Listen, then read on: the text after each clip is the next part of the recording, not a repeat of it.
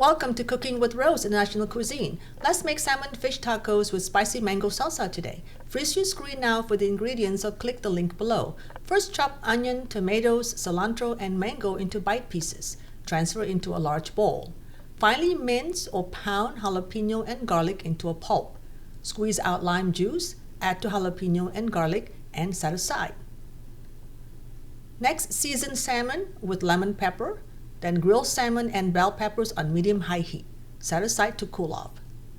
Then warm up corn tortillas and place on taco holder or plate. Add chopped up bell peppers, avocado, jalapeno, garlic, and lime juice into salsa bowl. Mix well. Cut up salmon into equal pieces and let's assemble our tacos with salmon, mango salsa, and top with Spanish goat cheese. If you like my channel, subscribe and send comments. Thanks for watching. Peace, love, and see you soon.